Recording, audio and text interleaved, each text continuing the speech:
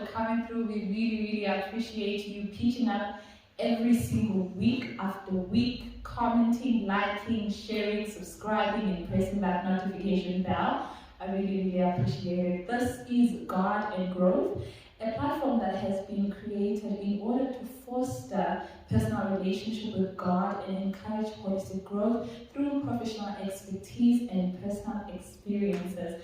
And today we are growing, as always, with Brother Zakithi Khoza. Welcome. Thank you so much. Thank you for the warm welcome. It's a pleasure to be here. Thank you. Yeah. It is a new year. It's a new year. Are you excited? Yes. I'm not as excited as previous years. You know, with every year, challenges keep growing. Yeah. But I think that's the lovely thing about it is what you've just explained about, you know, it's God-centric. Yeah. So God knows the start from the beginning. So I think with Him in the vessel, we can smile at the storm. So I think that's my only hope. Yeah. Happy anniversary, by the way. Thank you. 8 years. 8 years. It's been an amazing ride. Was it your goal to ever be a husband? Never. Really? Never. I think even back in 2010, I used to say, this thing is just, you know, I just felt I'd be a bachelor forever, you know.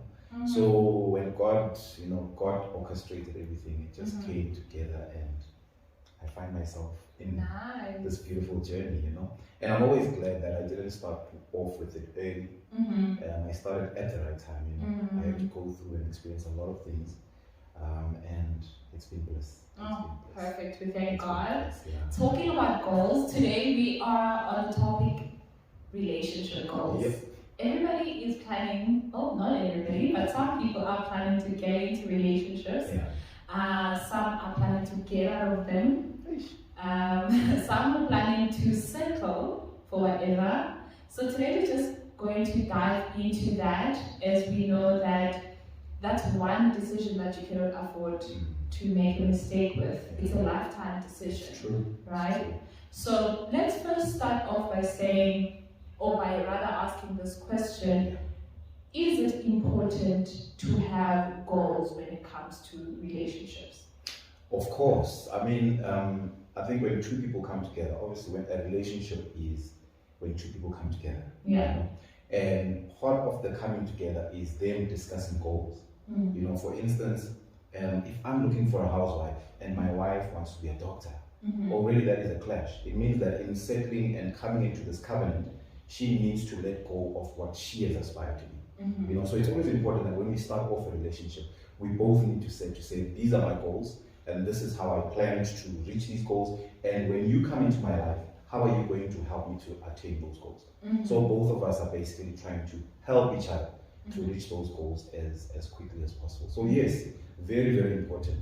And I think especially from an African perspective, we've missed that part, whereby we've just been excited by the marriage or the concept of being in a relationship without actually discussing the issue of goals. And then once we are in, now we become very frustrated because some of us have to, you know, forget about our own goals whilst we try to, you know, help the other one to reach their own goals. You know? So it's very important. What are the common mistakes that you see regarding goals that young people are willing to compromise on when considering a relationship? Sure, there's quite a bit. I think, as I said, women especially are becoming more empowered. And I think one of the things that we've lacked on is to teach young men, especially in the African setup, on how to deal with an empowered woman. Now, women are empowered. Like in the olden days, our parents didn't have much issues because our parents stayed at home. Our mothers stayed at home. They took care of kids. What I was responsible for is to make sure that there's food on the table and that there's money to run the household. But now you've got both parents going out. You've got women that are as ambitious, you know, to climb the ladder, to be CEOs, to pursue all these different kinds of careers. You know. So one of the common goals is that with the empowered woman, most African men are not skilled on how to deal with an empowered woman. And then what then happens is, if I cannot control it to become what I want it to be, then it shows itself in GBV, it shows itself in violence and anger that we tend to see in our homes these days. So, yeah. we know that each and every one of us have some sort of goal when it comes to relationships. Yeah. But I've also noticed that we miss the individual goals that we are supposed to have before getting into a relationship. And I remember in our conversation as we were talking about this conversation, I asked if are there things that young people should know or be ready by themselves prior to being in a relationship? I mean, the basics. If you are coming into a relationship, I think the basics are emotional. Yeah. You need to be balanced emotionally. And I think one of the unconventional things I wanted to touch on was that as we've become more westernized, we've moved away from the issues of knowing ourselves. Now, let me give you an example. For instance, Adam is created and Eve by God. They carried God's DNA. Yeah. They were created in His image and likeness, meaning that they were an express image of God in how they thought, how they acted. They were an expression of God. Now, for as long as humans kept keeping the commandments of God, we were passing on the same DNA, the godly DNA, to our children. But obviously, the problem comes when we start to deviate from God's plan. Yeah. And with that, the DNA mutates. That is why when we read Genesis 6 to 8, you find that the Bible talks about the children of God and the sons of God and the sons of men. Yeah. So there were two classes. One class is the line of Seth, which kept the commandments of God, and the other line is the line of Cain, who did their own things. That is why you could see by distinction, by behavior, the two groups were different. Yeah. The line of Cain came from it came polygamy, from it came ungodliness, from it came this gospel of thinking that you can do things without or in the absence of God. So I'm just saying that when we understand who we are, then we are able to come into a relationship and understand what we need to work on. Let me give you an example. Khoza, they are known. For instance, I'm a product of Ikhala Khoza and Maduma. My grandfather is a Khoza, my grandmother is a Duma. All these families are hot-headed, very short-tempered. So I speak to a lot of people about Khoza, and they always say the same thing. To say, when I'm in a relationship, one small little thing, I want out. So that is the DNA that we've been given, that we receive. Besides me doing anything about developing myself, it's something that is innate in me. So if I do not know myself, I'll keep on one small little thing, leaving the skills, starting a new relationship over and over again. So in self-knowing, you get to know what are the problems within your family, the traits that are in the family, so that you know what to work on to ensure that when you start a relationship, you come into the relationship and it is easy to get along with you. I want us to break down the 4 or 5 components that a person should ensure that they are ready in before getting to a relationship. Spiritual readiness, emotional readiness, financial readiness. We also have mental, or I can say social, basically when it comes to relationships, how you interact. Let's start off with the most important one. How do you understand spiritual readiness? My understanding of spiritual readiness is that when it comes to spirituality, we are individuals.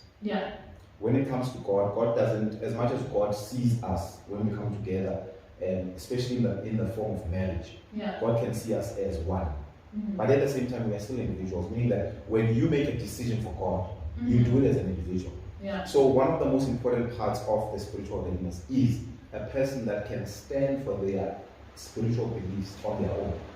Meaning that, for instance, you are married to a non-Adventist or a non-Christian.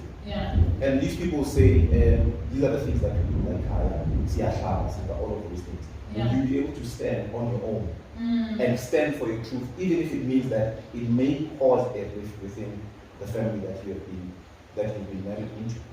So I think the most important thing when it comes to spiritual readiness, you need to be an individual that can stand for what they believe in absence of the person that you are in a relationship with. Meaning that when it comes to a push where you need to stand for the truth, you can do that without compromising your beliefs.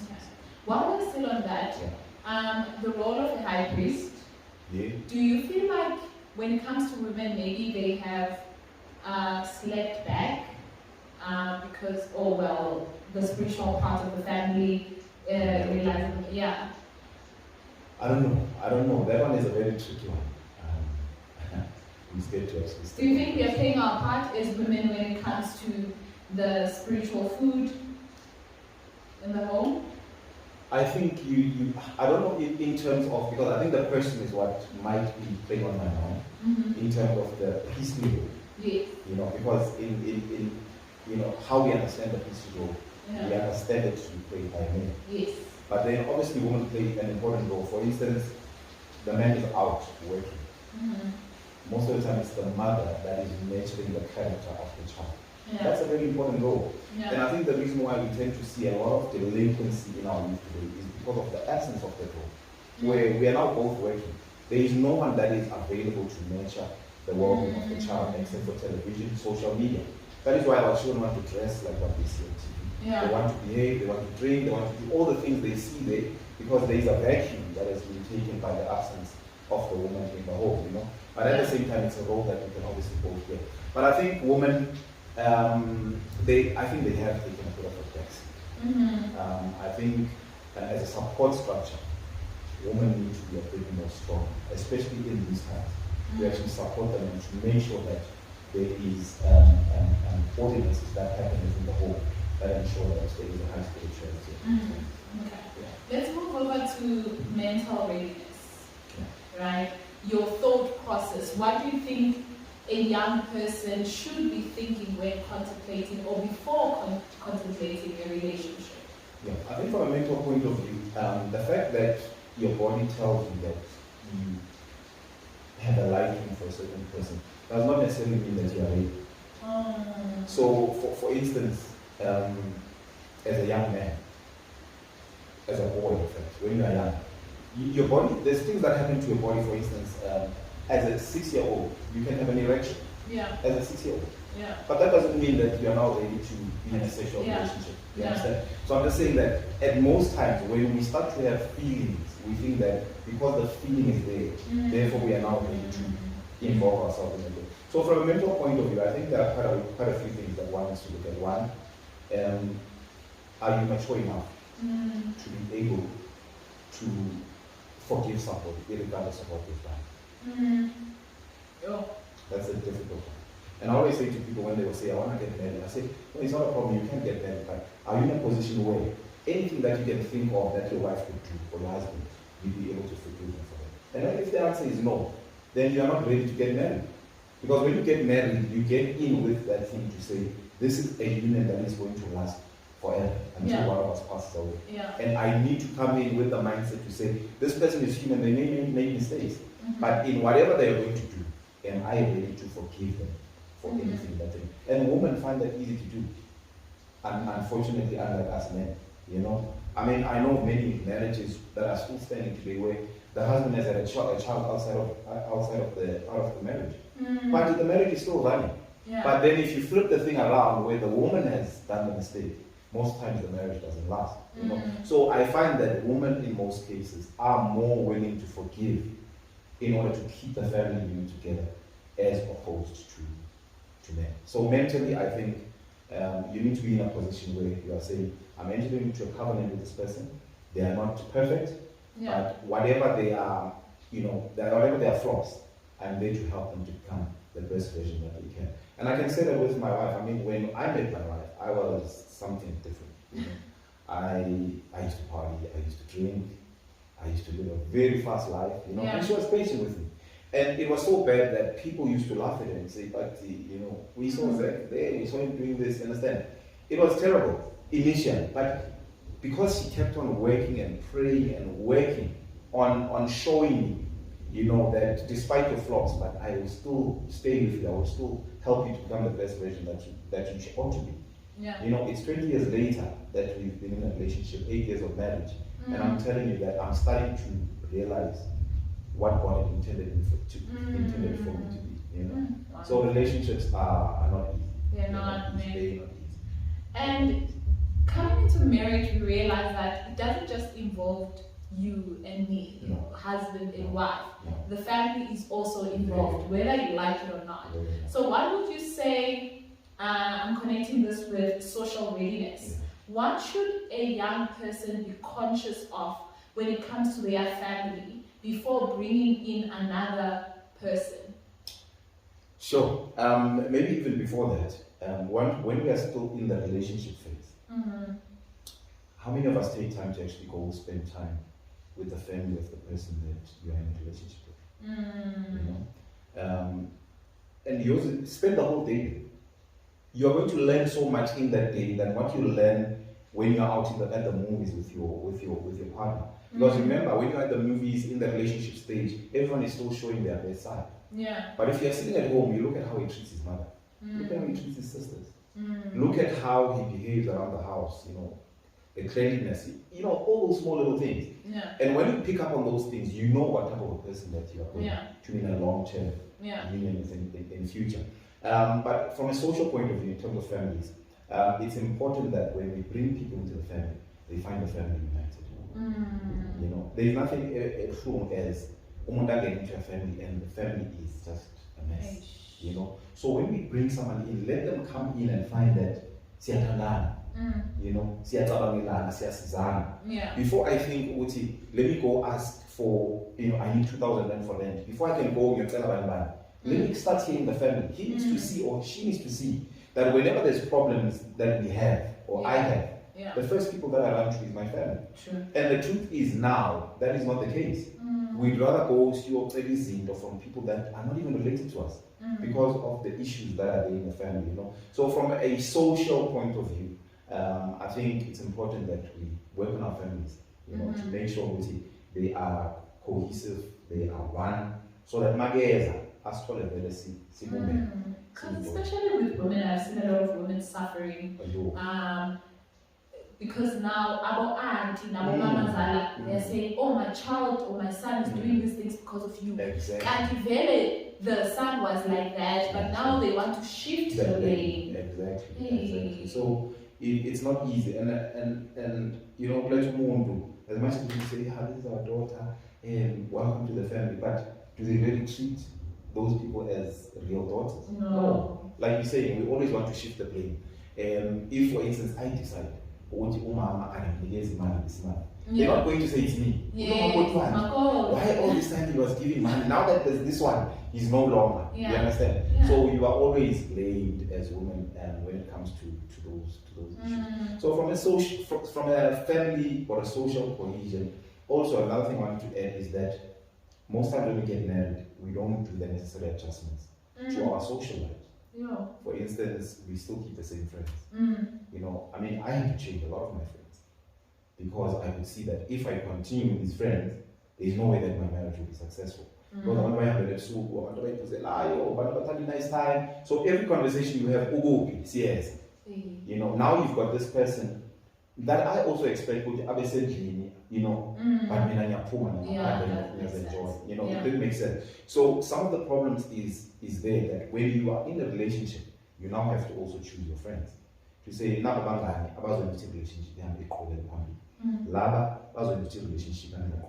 you cut those friends off. And that's a decision that you have to make. It's not a nice decision, it's a hard decision. Sometimes those people will childhood friends, they've been there for you, but you have to limit this card to say, character is not going to help land or exam. And we have to pull back from those friends. And yes, I'm not saying that I don't talk to those friends, but I've limited this card some now. I will see them once in a while, but it's not like every weekend, all of that, because I now have a family that I need to maintain and take care of. So those are just some of the social, and it's also a mental thing. You have to be matured to be able to do that. Look at a lot of marriages. A lot of them are suffering because of that. Umuntu loves abangani bakhe more than he loves his family. You are willing to for. You don't care what picture does that paint in your children as well.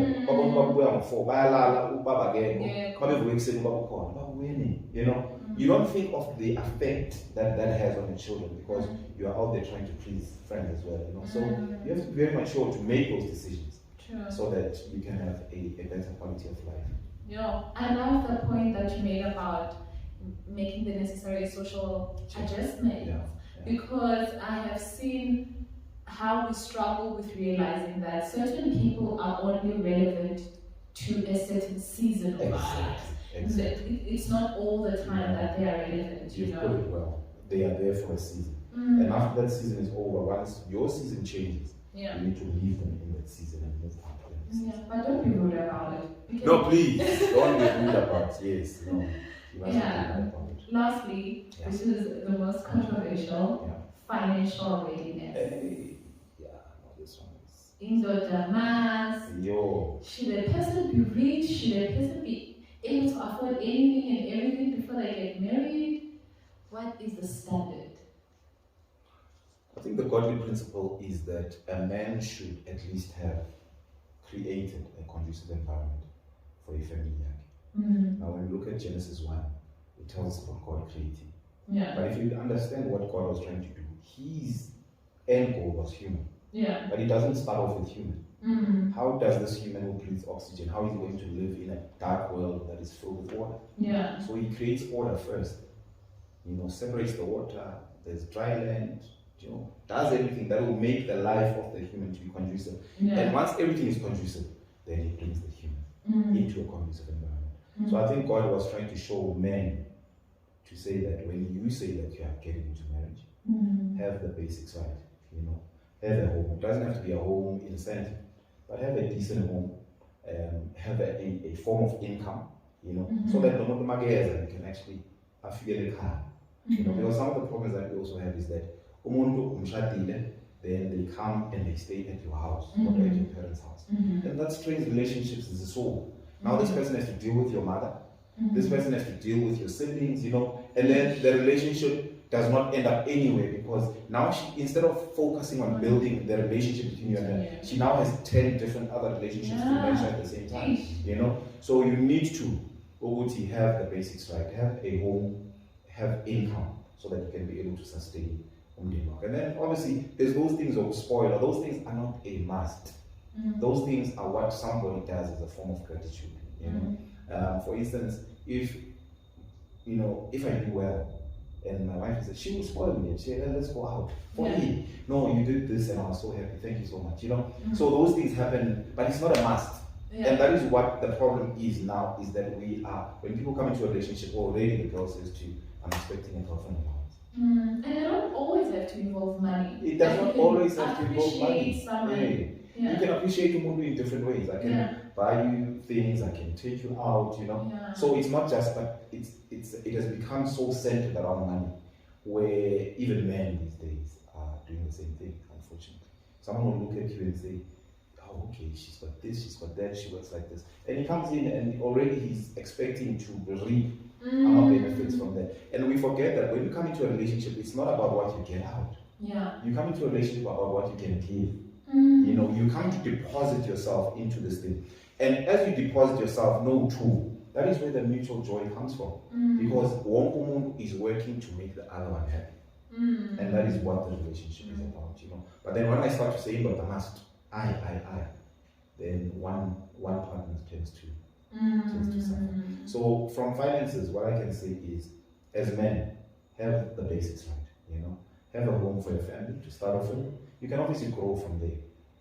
It's not maybe 2-bedroom, but then as life progresses, as we achieve more, we can grow it maybe from 2-bedroom to a bigger house, but at least the basics are right.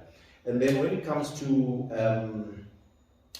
other forms, like I don't even have much to say about that. I think it's just a demonic. There's no other way to say it. It's to expect easy from a moon when men always say that, but you expect how it is sent to him, And when we grew up, love was so simple, man. We used to date without money. There was no money involved in this whole dating thing. It was, I remember sometimes I used to date people from different provinces in Australia. I would travel to Nelspruit in takes just to get there. And the person would just be happy with UK. And the person sometimes would be the one that understand? Everything was just so pure, and it was. Now it's very difficult. It's difficult. Must book a hotel. And not just any When you come over, it doesn't make sense. You just come. You don't order food. It's expensive. Not to be in love is expensive these days. It's not. But also as women, as much as we can say indoda must, a woman must. Yes. Everyone must. Yes, we each have a certain responsibility. Yes. We each have a duty. Indoda must provide, and a woman must help. Exactly. That's our role, right? You're a helper. You can't just give. To receive. Yes, receive. But when you don't give anything. Yeah. And every time men say, "What do you bring to the table?" Then people become very offended. Yeah, what do you bring? It's not about this. But the problem is, what do you bring? Fine, I must, but what do you bring to the table? Yeah. And the terrible thing is that somebody expects but you look at what they bring in. It's absolutely nothing that they bring in, which is very, very, very sad. But yeah, relationships are tough these days. I think they require us to go back to the basics. And the basics, if you look at it, is we are all created in the image of God. Yeah. In His likeness. And once someone forgets the image that they are created in, then they start to short sell themselves. That is why you find yourself in a relationship where you are not appreciated. Why are you still in an abusive relationship? It's because this person has forgotten the material that they are created from. Now, every time you need to go back to the original model. You are created in the image of God. And someone that is created in the image of God, you cannot short sell yourself and put yourself in situations as in as now at the end of the day. And you must get to a point in your life, and I say this to guys as well. If there's a girl and you are born with a emotion, but don't be scared to leave that relationship. Same with women. If we are born to put these, I love family men, leave that relationship. Why must you spend 5-10 years with a girl into the picture, but you can see this person is not immaterial in a So we need to be at times selfish about our goals, especially when it comes to relationships. A lot of the people these days, they've been hurt, and they've been hurt so bad that their future relationships are not working because of that first hurt. So can you imagine if you are going to put yourself in a situation, as a spoiler, your appreciation of relationships forever, So we must be selfish about space about who we allow in our lives, especially in a love or a romantic way. Yeah, something, I always say this to myself, whatever I'm doing, I need to protect my husband. Yes. I'm in a relationship with you now, and I may see you as a potential, but what if you are not my husband? So whatever it is that we are doing in this relationship, I don't want to deposit nor withdraw something that will put my future marriage in jeopardy. That is deep. So I need to protect that. I always say this also to my learners at work, to say, think about your husband, think about the time where he asks you about your exes, and then you have a mountain of lists. The poor guy has kept himself clean, and when you have all this baggage that you are bringing with you. And I think people need to understand, I'm not saying that we don't make mistakes. Trust me, I have lots of them. Probably there are guys right now who are like, when you were with me, I don't think you were thinking about your husband. So I understand perfectly, and I'm not trying to say that when you have a baggage or when you have a past, you can't get into a relationship. No. But I'm saying when you do get into a relationship, protect your future. You cannot say you want a house, you're saving up for a house, but the little money that you have, you're wasting it. Right? That is so deep. I want to go back to those people that now are considering to leave relationships. They're like, no, I'm done with this relationship because of either preference or differences in principle. And I just wanted you to kind of break down for us, what would you define as preferences in a relationship and principles, so that we can know when we leave relationships, we shouldn't leave based on preference. We can definitely end up if the principles are not the same, but not preference. I think that's a good question. So preference is what is best suited for me. It might not necessarily be principle. It's just, it could be the way I grew up. For instance, in KZN, it's a preference that a man does not cook. But it's not principle. It's not a deal breaker. But generally, I find that the Zulu men prefer a woman that will do all the cooking. Whether she works or not, they don't really care. If you can do that, then they're happy with that. And then principle. are things that you cannot compromise on. Yeah. You know? For instance, a principle is my beliefs. Yeah. You know, I believe in the Sabbath. I cannot change from the Sabbath to a different day. Yeah. For any reason or for anyone. You know. Yeah. So that's the difference between the preference and the principle. Now, preferences are not a deal breaker. Preferences just need two people to sit down and to say, okay, this is my preference and my expectation. Where can we meet each other halfway? And you tend to find that without the conversation, preferences can be a deal breaker. Because people don't sit down, I prefer this, and my partner keeps doing the opposite. Instead of sitting down and saying, I don't like this is how I prefer it. Yeah. And him understanding that and changing. We just keep quiet and we let the situation just to exacerbate until we end up breaking up. So in preferences, what's important, sit down, discuss what your preferences are individually. And if there's a clash, then you come together to a middle ground on how you can best work around it. But then on principle, I would say if it's a principle issue, if it means that there is principle issues, then leave that relationship. Is there a cut-off date, you know, from a male perspective? Is there a cut-off date that you feel like, no, can't be in a relationship for this long and there's no conversation about marriage? No, I'm the last person to talk about that.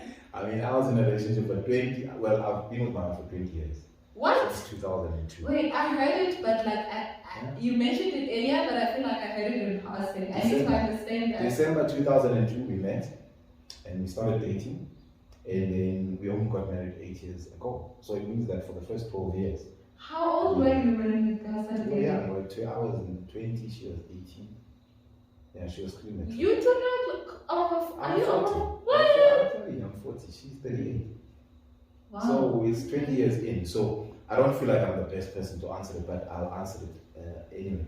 I don't think there is a conflict. And one wise man said, rather married right at 80 than wrong at 20.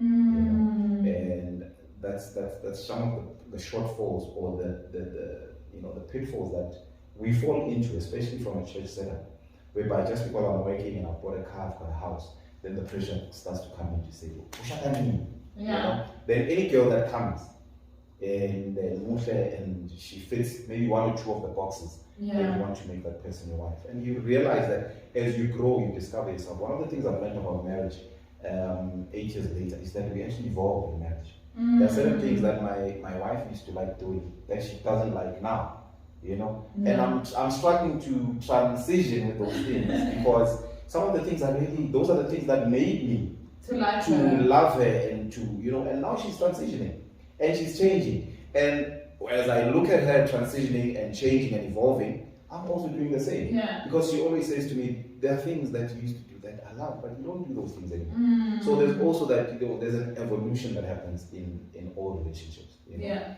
And we have to be mature to actually handle the evolution part that actually. What will be your number one advice to someone considering a relationship?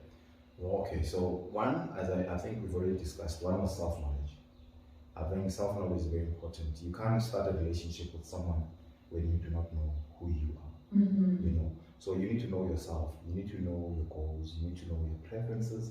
You need to know what you'd like in a potential partner, so that when you pursue, or you know, back in the day they used to have this thing called a circle of friends, whereby you're not dating anyone, but you are basically going on dates with this one or that one, trying to see which one has the best character fit on the things that you want in a partner, you know. So you can't fit or look at someone and see the right fit if you don't know who you are, you know. So I think self-knowledge is very important, and I think a lot of us, we are taken by emotions where my friends are dating, now I want to date, you know. But you've never really self-introspect to say, who is Zakithi Khoza?